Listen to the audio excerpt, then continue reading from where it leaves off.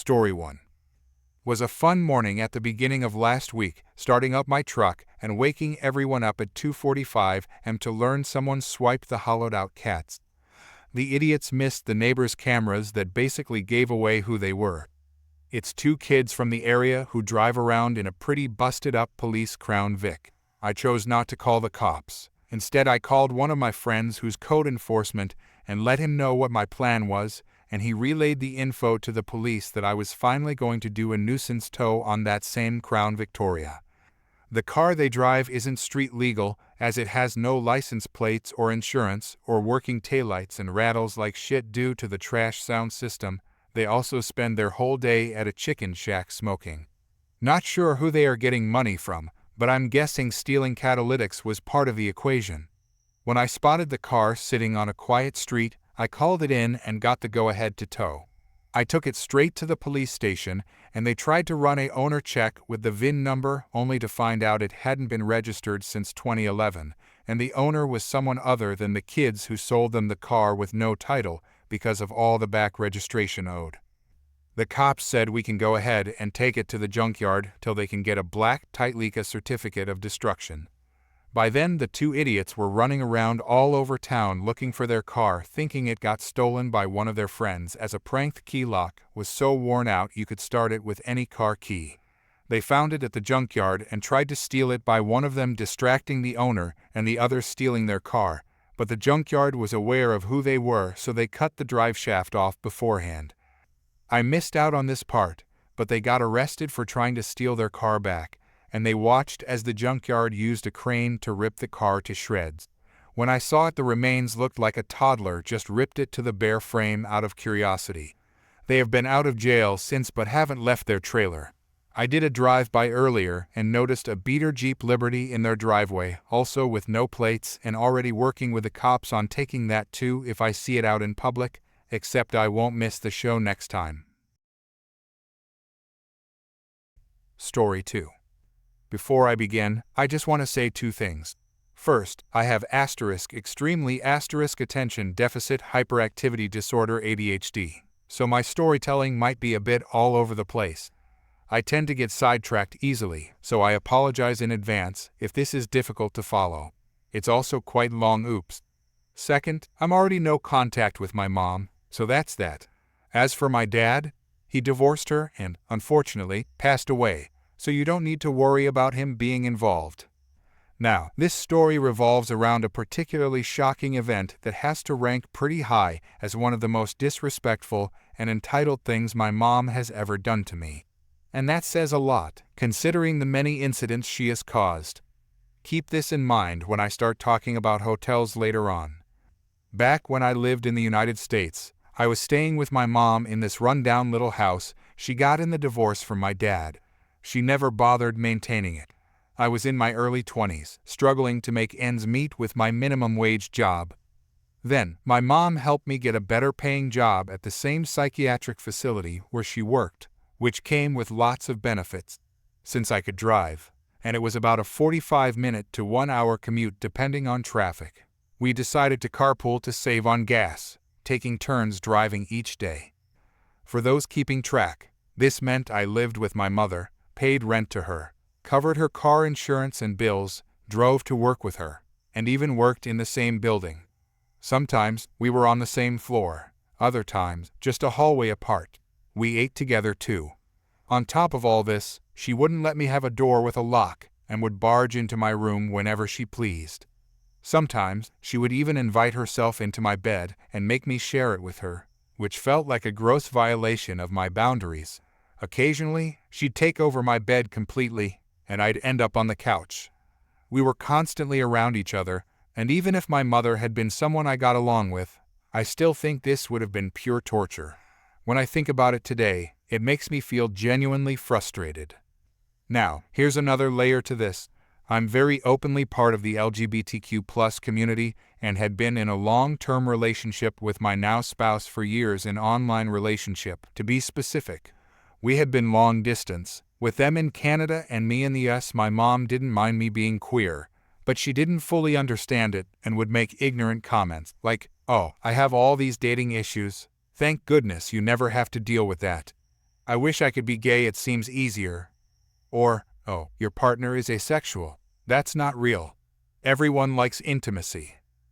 Because of this attitude, I never told her I was transgender. I was afraid of how she'd react based on some previous conversations. As a supposed gesture of support for me and my partner, for our second anniversary, she paid for me to visit them for a week. With my income at the time, there was no way I could have afforded it myself, especially since she would occasionally need extra money from me, which drained my savings meant for moving out. She covered the flight and a hotel for a few days, and then I'd stay with my partner. Sounds nice, right? Well, not exactly. She insisted that I call her every single day and text her every few hours with a secret code word to prove I was safe and not, in her words, being trafficked. When I got frustrated at her demands, she screamed at me. She even threatened to call the police to the hotel or my partner's house for a wellness check because she couldn't trust me to be safe and wanted to show me just how controlling she could be. Of course, the police never showed up because, well, why would they listen to some lady from another country? But this entire situation caused me such anxiety that I considered leaving early. I was terrified of having police show up at the hotel or my partner's house every day. One entire day of my trip was wasted because I stayed curled up in my hotel room, not wanting anyone to visit in case it caused trouble. My partner eventually came over, comforted me, and stayed by my side. But we lost that day of spending quality time together. To clarify, the secret code word wasn't something to be used in an emergency. It was something she wanted me to use daily. The word was dinosaur, but I wasn't supposed to say it directly. Instead, I had to find a way to work it into conversation without saying it outright. Yes, it was as ridiculous and confusing as it sounds. Anyway, back to the part where I was still living with my mom and working with her. She was very aware of how committed I was to my partner. Stupidly, I had even told her that I planned to move to Canada to live with my partner. Every time I brought this up, she'd complain about how far away I would be, how I wouldn't be able to visit her, and how selfish my partner was for not coming down to see me. For context, my partner was broke, physically disabled, and scared of the state's gun laws. About 3 months into the new job, we were carpooling to work one day, and I mentioned how my partner was doing and that they said hello. That's when my mom said, "Hey, your partner lives really far away, right?" "Yeah, it sucks. I want to see them again," I replied. Then she said, "Did you know my friend at work has a daughter?" I gave her a blank look because what? "Pam. She works with me on my unit. She has a daughter who's a lesbian." I thought she was just trying to get me to befriend her friend's kid because we were both part of the LGBTQ+ community. "Oh, that's nice," I said. "Yeah, she's your type too. You should ask her out." I blinked. "I'm dating my partner, Mom. I love them." "That's cheating. I don't want to do that, and I don't even know her." She laughed and said, "Oh, but they live so far away. Pam's daughter lives here in the state, and if you date her, your partner will never know. Plus, you could finally have your first intimate experience." I was upset and embarrassed, so I shut her down, telling her it was rude and inappropriate. She just kept saying, "Think about it, okay? Just think about it." Eventually, I met Pam's daughter, Destiny, at work, and when I mentioned what my mom had said, she looked mortified. She had no idea I was in a relationship. Apparently, my mom had told her to ask me out, framing me as single. Destiny had just broken up with her girlfriend, and my mom was essentially setting us up to be each other's rebounds. That's when it clicked for me. My mom was actively trying to sabotage my relationship so I would stay closer to her. I made up my mind to leave. I changed my life insurance policy at work, so my mom wasn't the beneficiary, and moved in with friends to distance myself from her. I also started seeing a therapist and saving money for the big move. Then, of course, the pandemic hit, and I had to stay longer with my friends. But eventually, I did move. When I left, I gave my mom the kind of farewell she didn't deserve, but was perfect for me. I never said a harsh word. I didn't tell her how she had been manipulative, abusive, or how she had ruined my self-confidence and damaged me in ways I'm still dealing with. I didn't tell her she'd die alone because she drove everyone away. No, I didn't say any of that. I kissed her goodbye, hugged her, and told her I'd always love her. Then I got into my car with my cat and all my belongings, waved, and drove all the way to Canada. Once I arrived, I blocked her on everything and told my brother not to contact me on her behalf. Now, she can't claim I'm a terrible child or that I did something wrong. I left on my own terms. She's out of my life, and last I heard, she's still as miserable as ever. Good. I'm glad she never learned that her actions have consequences. Story 3. So I'm seriously getting sick of my mom. Basically, she has never worked a day in her life, and I was leaving a job I had for 8 years to go and become a nurse. So I made some arrangements and basically got my mom the job that I was leaving as a healthcare assistant in a care home. Ever since, she has been a nightmare. I don't often visit my family, but when I do, I can't get a word in edgewise. People will ask me about university and nursing, and she will immediately switch the story back to her at work. Or I will tell a story of something I witnessed on the ward, and she will interrupt me and start talking about something she has seen. I tell my family little achievements like I did my first ever injection, and she will be like, well, that's not impressive because I did so and so. Like everything I do, she has done something better. The other day, a family member was sick and asking me for advice. I managed to get maybe 2 words in before my mom completely spoke over me and gave some crappy advice which was not even true, and if I try to tell her that's not true, she just gets into a full-blown argument with me about how she knows better, and that I think I'm better than her, and I think I'm all that because I'm almost a nurse. She also tells me stories about stuff that happens in the home because I used to work there, so I like asking how people are, and she says things and I'm like, well, that shouldn't have happened, or why would you do that? And she will start screaming at me about how she is right and I am wrong and that I need to mind my business. I think she also forgets all of the people she works with at some of my best friends because apparently she says to them that I'm stupid, and she has no clue how I have made it to ever being a nurse and that she knows more than me. Apparently she has also told them she is going to become a nurse to show me how it's done. It's like everything is a competition with us. People speak to me and ask me stuff, and she just glares at me or huffs and walks away, or will change the conversation to herself. Story 4. I never thought my honeymoon would turn into such a crazy story, but here we are. Let me tell you about the time an entitled woman threw my bag out of a hotel window because she wanted our sea view room. My new husband and I had been dating for 5 years before we finally tied the knot. We're both teachers, so we had to save up for a while to afford our dream honeymoon at this beautiful beachside resort. We booked everything months in advance, including a room with an amazing ocean view. I was beyond excited when we finally arrived after a long flight. As we walked up to the reception desk, I noticed this woman arguing loudly with the receptionist. She seemed really upset about something.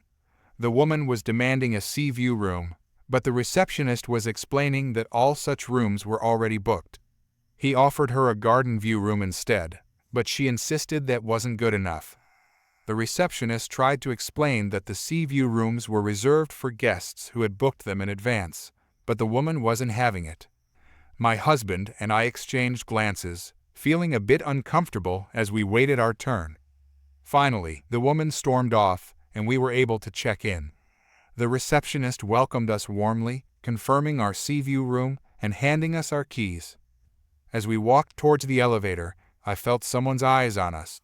I turned to see the angry woman from before glaring at us. She followed us into the elevator, but didn't say anything. We got to our room and started unpacking, admiring the gorgeous view of the beach. About 10 minutes later, there was a loud knock at the door. My husband answered it. The woman from the lobby was there. She started explaining that she had noticed we got the sea view room. When my husband confirmed this, mentioning it was for our honeymoon, she launched into a story about needing the room more than us. She claimed her marriage was falling apart and that this view might be the only thing that could save it. She actually asked us to move to another room so she could have ours. I couldn't believe what I was hearing. Was this woman for real? I told her we wouldn't do that, explaining that we had booked this room months ago for our special trip. She kept insisting, saying we didn't understand how crucial this was for her marriage. My husband tried to politely but firmly end the conversation, telling her it wasn't our responsibility to fix her problems. We tried to close the door, but she prevented us by sticking her foot in.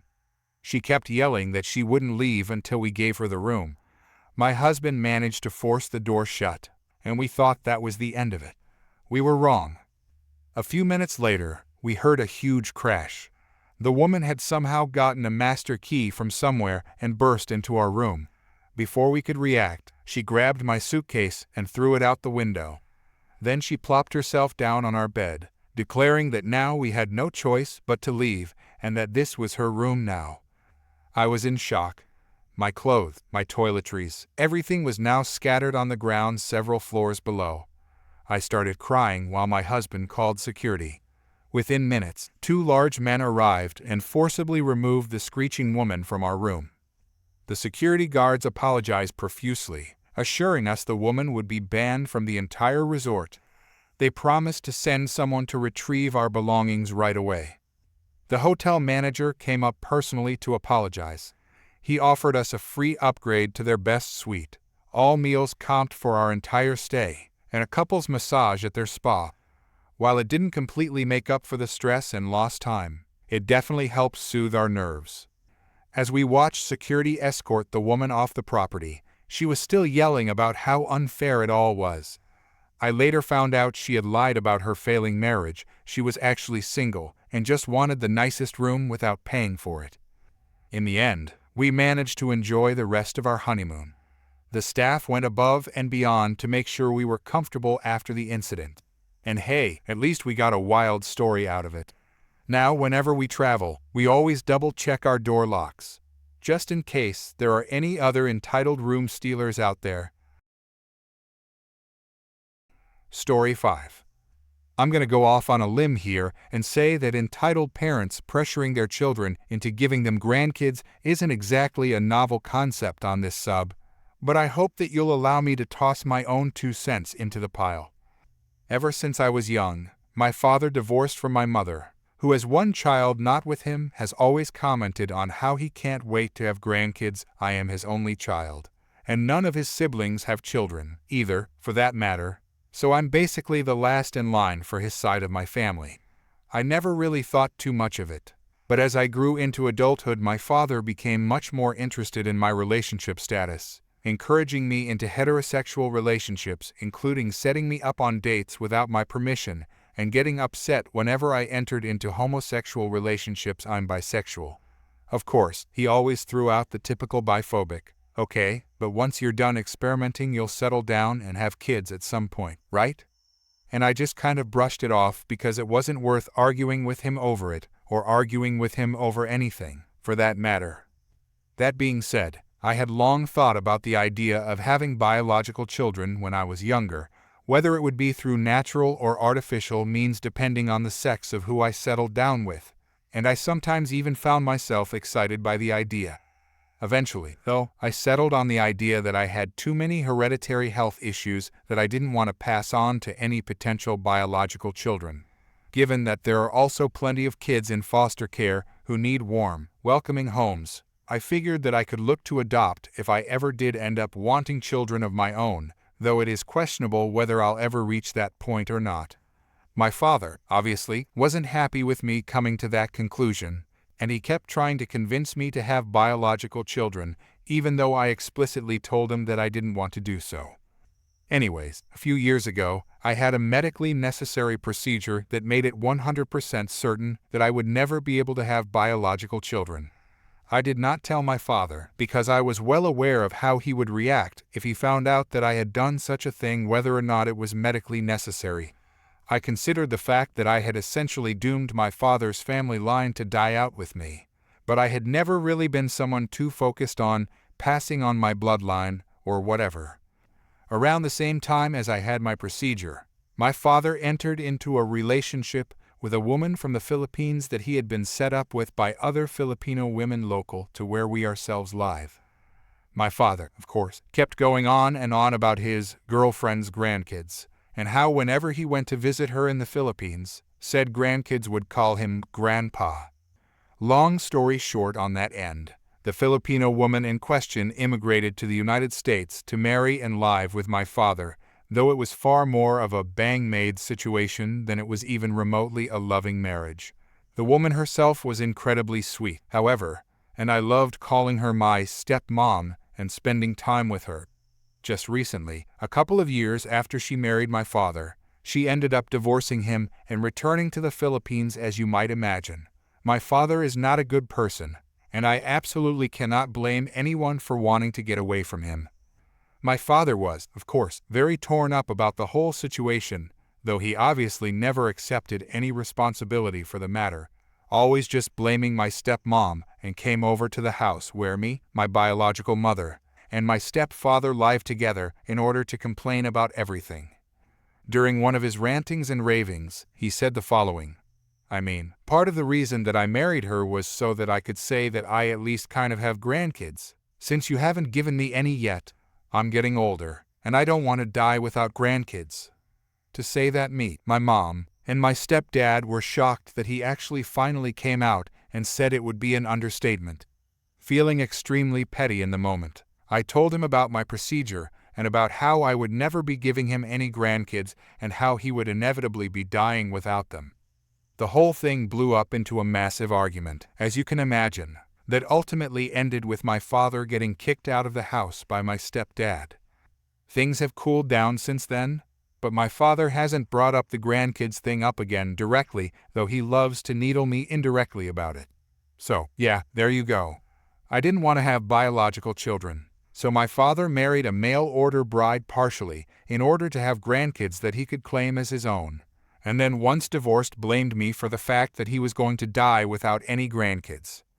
Honestly, if he hadn't been such a terrible husband to all of his wives, maybe he could have had another kid to give him grandchildren, but c'est la vie. Story 6. Less than a year into our marriage, both in our mid-20s, my wife surprises me with concert tickets for Christmas. I assume we'll be going together, but she reveals she wants to take a male coworker, who is supposedly a huge fan of the band. She even mentions that he's not straight. I feel upset about this, but I choose not to start a fight and hold back my emotions. She goes to the concert with him, and afterwards, they wait outside by the band bus. The bassist from the band starts talking to her, and I notice she flirts with him. He then invites her to their New Year's Eve show, which is 200 miles away, and offers to comp her tickets if she attends. She informs me that she won't go alone, so he suggests she brings her friend, the coworker. Our New Year's Eve plans are now ruined because I can't go with her. Before this incident, my wife had made jokes about having to sleep with the bassist for tickets and VIP access, which I didn't find amusing at all. I expressed my discomfort, but she brushed it off. I didn't want her to hold this decision over my head forever, so I let her make the call herself. She chooses to go with her coworker friend, claiming that she's now only 80% sure he's not straight. During her trip, she occasionally texts me while driving there, but after she gets the tickets, she becomes distant, responding with only 3-word texts. I text her at midnight on New Year's Eve, and she gives me a brief reply. The next morning at 11:30, I call her, and she says she's waiting at the subway station to go back to her hotel. She eventually returns home around 4:30 p.m. When I ask how it went, she tells me they partied all night, and she consumed prescription pills and alcohol. She's upset that she paid for a hotel, but only slept in it for 2 hours. I'm confused and inquire how that's possible when she was at the subway at 11:30, and she admits that she didn't use the hotel room at all and claims she must have slept in the band's suite.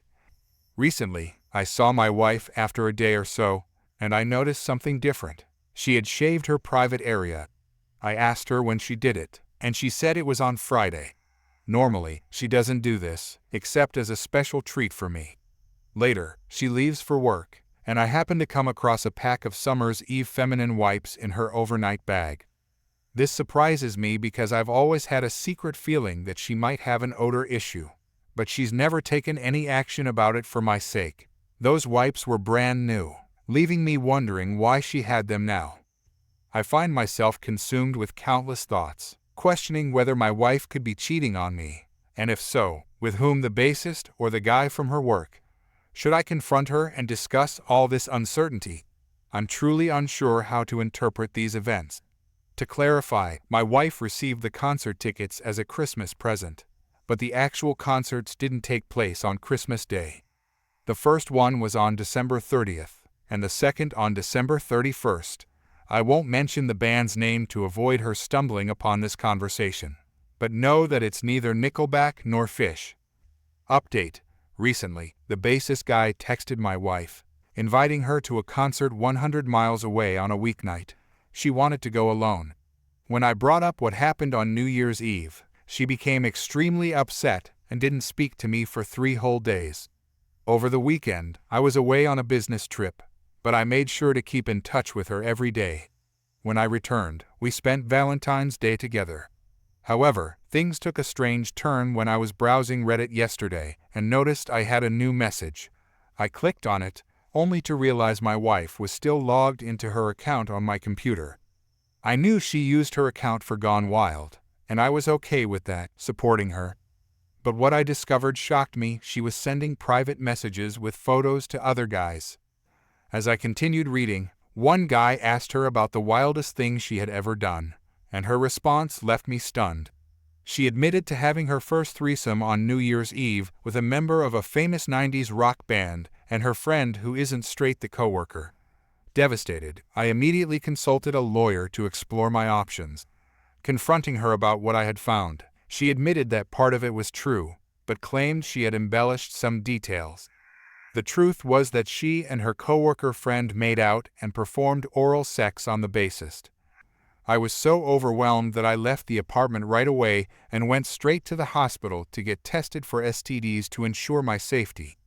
Hours later, I returned home, but I couldn't bring myself to believe anything she said. I asked her to text the guy a simple question: did they have any intimate encounters? I told her I would believe her if he denied it, but eventually, she confessed that they did have such encounters. My whole life feels like it's falling apart. We were married for less than a year, and I had invested my heart and soul into our 5-year relationship. Now, I've moved into the second bedroom and am sleeping on a futon. Our lease doesn't end until May, leaving me uncertain about what the future holds. Update on the situation. Over the last 5 months, my wife has been involved in affairs with 4 different men. It all began in October when she started exchanging explicit texts and racy pictures with a guy from work. At a concert, she met a random guy and kissed him. They met again at a drive-in movie theater with a friend, where they claimed to have only cuddled. Later, they had an intimate encounter in a club's bathroom while she was out with some friends. Their interaction ended after a drunken text and a subsequent fight. In mid-December, there was a frightening incident when I came home from work and couldn't find her. Her pet bunny was loose in the apartment, her car was in the parking lot, and her coat was on a chair. I panicked and called my mom. After an hour and a half, she finally returned home. I had even involved the police in my frantic search. Unbeknownst to me, she had been making out with the coworker in his car down the street, with her hand on him inappropriately. On New Year's Eve, she was with the bassist, a guy who's into certain activities. While at his hotel room with her coworker friend, he asked the friend for something explicit, and later had unprotected intimacy with my wife. Concerned about the possibility of pregnancy, she took the morning after pill. They continued to communicate through text, email, and video chat afterward. Additionally, she had an emotional affair with a guy she met on Reddit, engaging in extensive flirting through messages and making plans to be together intimately while I was away on a business trip last weekend. Though it seems they chose not to meet, she did do LSD with a friend during that time. I found out about all of these affairs last Wednesday, when I invaded her privacy and discovered numerous emails and chats regarding these men. To gather evidence, I forwarded some of these messages to myself. Adding to the distress, she brought a t-shirt belonging to the bassist into our home and slept in it. When confronted, I made it clear that I wouldn't let her off the hook easily. I insisted that she needed to confess her actions to her family. She was surprised and fearful, but claimed she couldn't do that. In response, I threatened to make a public Facebook post with all the messages and pictures, even revealing the identity of the bassist. I want to emphasize that while I can refine the grammar and clarity of the text, I must also highlight that the actions and emotions expressed in this narrative are intense and may not promote healthy or constructive behavior in real-life situations. Cheating and publicly shaming someone can have significant emotional and psychological consequences, and it's essential to handle such situations with care and understanding. Refined version. We went back and forth for a while until finally, she broke down. She sat down and wrote a long message to her family, confessing everything. She admitted to cheating with the bassist and other men, expressing remorse for all the hurt she caused. When she hit that send button, I saw her wince, as if she had just lost something significant. Not even a minute after she sent the message, her phone rang, and it was her mom, furious and shocked. I could hear her mother tearing into my wife through the phone, and I have to admit, it gave me a sense of satisfaction. As each family member called her out, I felt like justice was finally being served. It was her turn to feel humiliated, to feel the shame she brought upon herself. The next morning, I logged into her Facebook and got all the proof I needed. So, I decided to let everyone else know what she had been up to. I laid it all bare: her lies, her affair with the bassist, a man with his own family to worry about. I exposed it all for the world to see, and then I waited. The notifications came rolling in, and people were mad, disgusted, and shocked. They couldn't believe my wife had done something like this, especially with a guy who had his own wife and kids and was old enough to be her dad. My wife was still sleeping while all of this unfolded.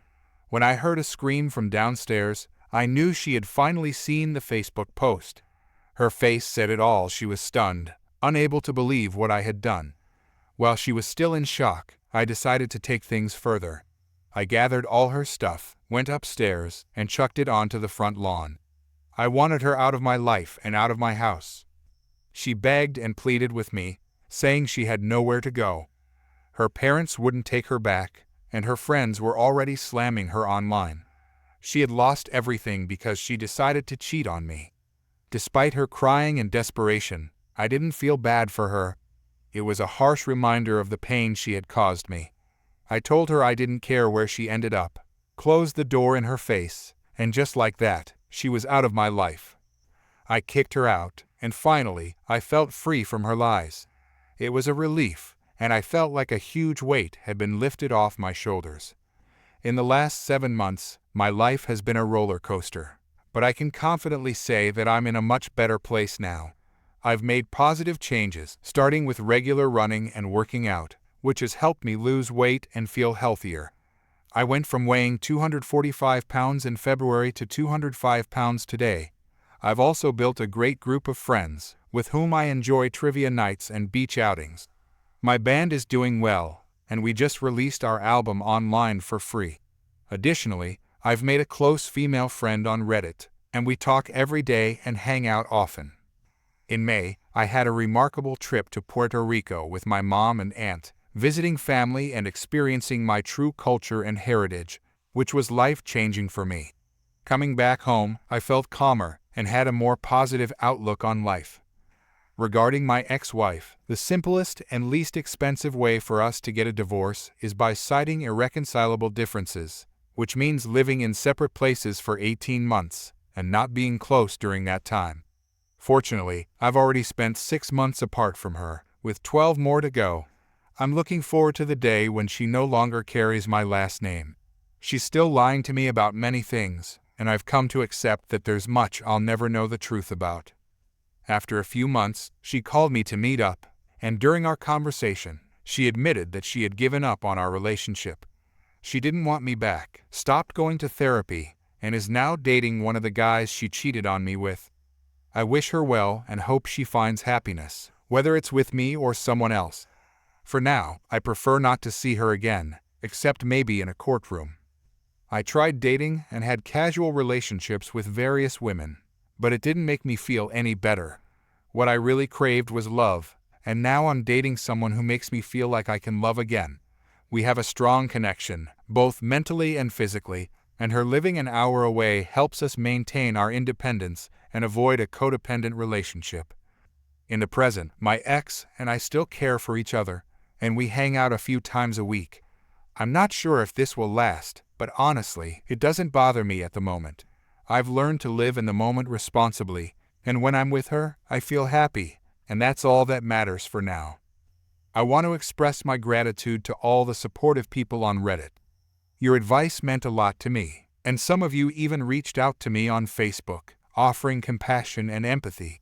It meant the world to receive support from strangers during this challenging time. Through this experience, I feel like I'm becoming a better version of myself, and I'm genuinely grateful for that growth. Life is unpredictable, but I'm taking it one step at a time, appreciating the positive changes it brings. Thank you all for being a part of my journey.